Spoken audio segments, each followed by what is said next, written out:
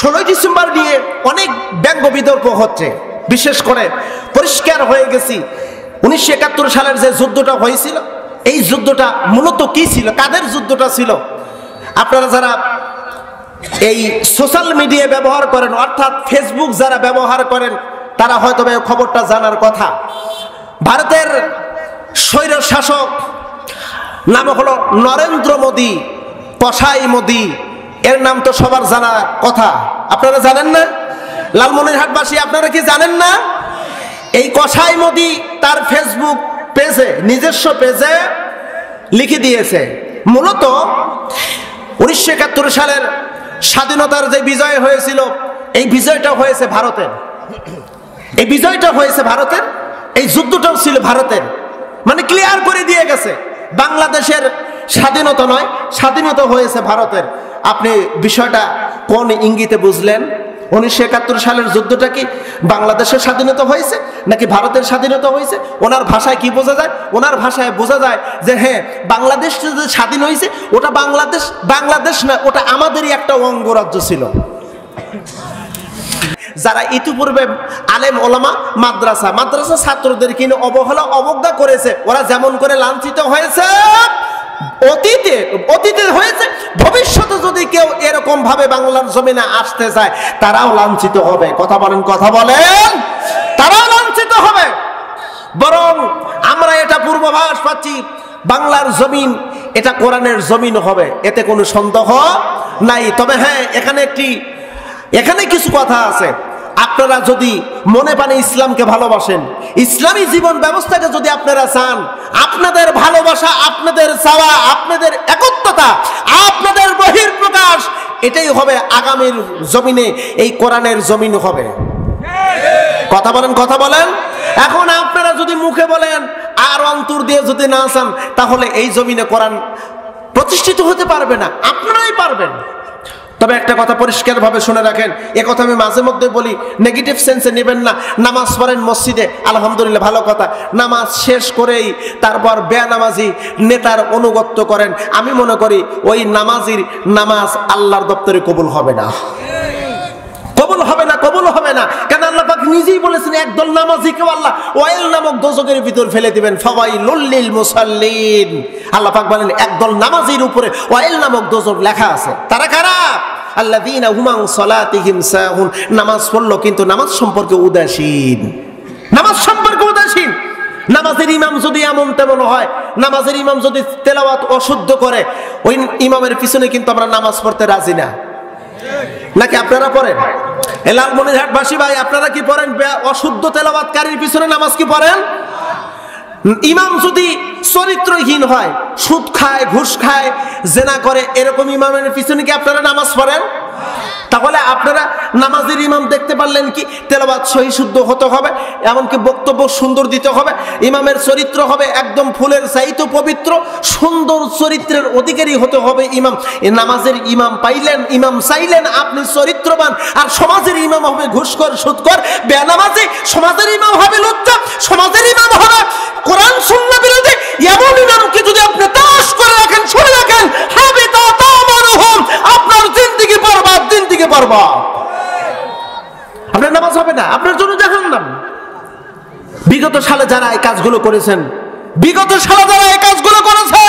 নামাজ পড়েছেন মসজিদে, আর বেনামাজি নেতাকে প্রতিষ্ঠিত করার জন্য জান প্রাণ দিয়ে সংগ্রাম করেছেন, আপনাদের জিন্দেগির সমস্ত আমল আল্লাহর দপ্তরে কবুল হয় নাই, বরং আপনাদের নাম মুনাফিকের খাতায় লেখা আছে। এখনো তওবা করেন, তওবার সুযোগ আছে। আপনার নেতা হবে সেই নেতা, আপনি নামাজি নেতা, আপনি নামাজি, নেতাও হতে হবে নামাজি। আপনি মুসলিম, আপনার নেতা হবে ইসলাম পরায়ণ। এমনও কিছু নেতা এখন দেখা যাচ্ছে, 5ই আগস্টের পরে দেখা যাচ্ছে, নেগেটিভ সেন্সে নেবেন না, অনেকের গা জ্বালাফাড়া করে, আমি নাম বলবো না, নট ইন্ডিকেট পারসন। তবে কিছু নেতাকে দেখি বলে আমাদের দলের মধ্যে কোনো শরিয়া বিধান নাই। কি বুঝাইতে চায়? শরিয়া বিধান নাই। আবার বলে মৌলবাদীদের সাথে আমাদের কোনো সম্পর্ক নেই, মৌলবাদীরা ইতিপূর্বে ক্ষমতায় আসেনি, ভবিষ্যতেও আসতে পারবে না, ক্ষমতায় এসেছে ওনারা আর আমরা। আমাদের কাছে সবচেয়ে মনোনীত ধর্ম, পছন্দের ধর্ম হলো বৌদ্ধ ধর্ম। কাকে? কার চিন্তা ভাবনা করতেছেন? কার চিন্তা ভাবনা করতেছেন?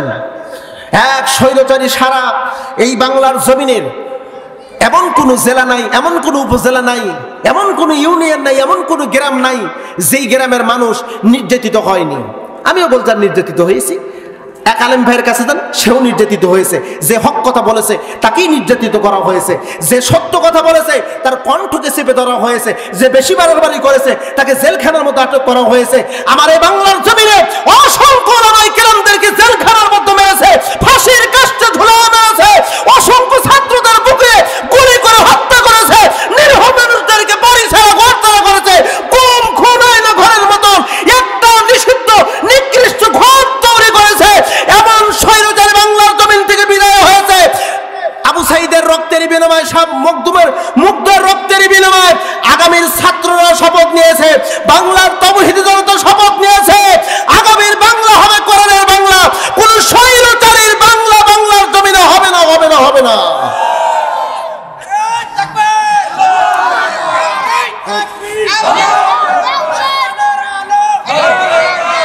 প্রিয় ভাইজান, একথা আমাদেরকে এই কলিজা দিয়ে মেনে নিতে হবে। ইসলাম আমার, ইসলাম আমার ধর্ম, ইসলাম আমার দল, ইসলামকে নিয়ে আমি সারা জীবন বাঁচবো, মরবো ইসলাম নিয়ে, এই শপথ করতে হবে। রাজি আছেন না নাই? এই ভাই আপনারা পিছনে বাইরে জবাব দেন না কে? রাজি আছেন না নাই? গতকাল 16ই ডিসেম্বর গেল। 16ই ডিসেম্বরের বিজয় দিবস। এই বিজয় দিবসকে আমরা সম্মান করি, ইজ্জত করি।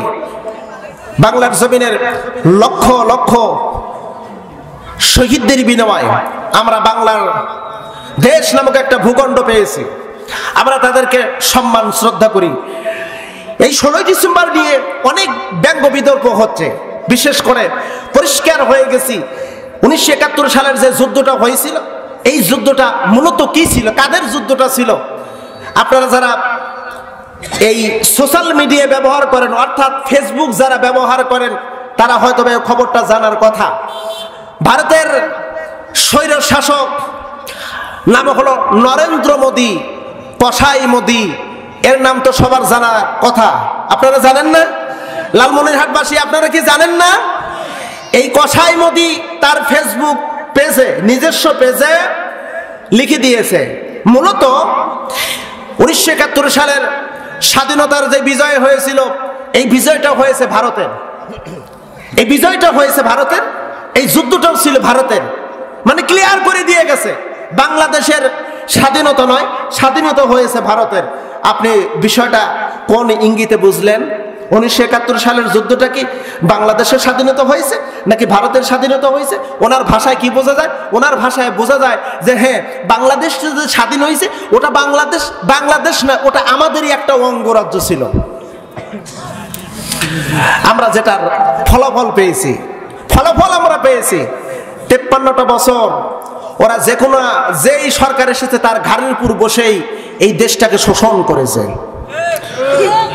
এই কথা আপনারা মানেন বা না মানেন, একটা কথা মনে রাখবেন, এই বাংলার জমিন মুসলমানের কলিজার চৌচির হওয়া, রক্তে রঞ্জিত হওয়া এই বাংলার জমিন, এই জমিন আমার। আমি মুসলমান, এই জমিন আমার, এই জমিন আমার। এই জমিনকে রক্ষা করার জন্য আবু সাঈদের মতন ছাত্ররা, অসংখ্য ছাত্ররা রক্ত দিয়েছে। আমরা এই জমিনটাকে আমাদের বুক দিয়ে আঁকলে রাখবো, এটা হলো আমাদের ইমানি দায়িত্ব। কথা বলেন, কথা বলেন, এটা হলো আমাদের ইমানি দায়িত্ব। আমরা ভারতকে স্পষ্ট ভাষায় বলে দিতে চাই, আমাদের দিকে আর তাকায়ও না। 53টা বছর যা ছিল সব নিয়ে গেছাও, আর নেওয়ার সুযোগ করো না। যা নিয়েছো ওগুলো ফেরত দিয়ে দাও। কারণ তোমাদের জনসংখ্যা থাকতে পারে, অস্ত্র শক্তি থাকতে পারে, জনশক্তি থাকতে পারে, তবে বাংলার জমিনের 16 কোটি মানুষের ইমানি শক্তি যা আছে, একটা ঝাঁটা দিলে ভারত ভেঙে খান খান হয়ে যাবে, এতে কোনো সন্দেহ নাই। প্রস্তুত হন। গাজাতুল হিন্দ, রাসূলুল্লাহ সাল্লাল্লাহু আলাইহি সাল্লামের সেই কথা, হিন্দুস্তান ভেঙে টুকরো টুকরো হবে, সেই হিন্দুস্তান ভেঙে টুকরো টুকরো হবে। গাজাতুল হিন্দের মুজাহিদ হওয়ার জন্য প্রস্তুত হন। কারণ ভিতরে ইসলাম নামক একটি ধর্ম, এই ধর্মের বিজয় হবে। এটা আমার কথা নয়, এ কথাটা আল্লাহ বলেছেন, প্রিয় নবীজিও বলে গেছেন। এই পৃথিবী, গোটা পৃথিবী হবে ইসলাম, আর কোনো ধর্ম থাকবে না, আর কোনো ধর্মের রীতিনীতি থাকবে না, শুধু ইসলাম নামক ধর্ম থাকবে। আল্লাহ কবুল করুক, জোর করে একটু আমিন। আর একবার বলবেন না ভাই, একটু আমিন।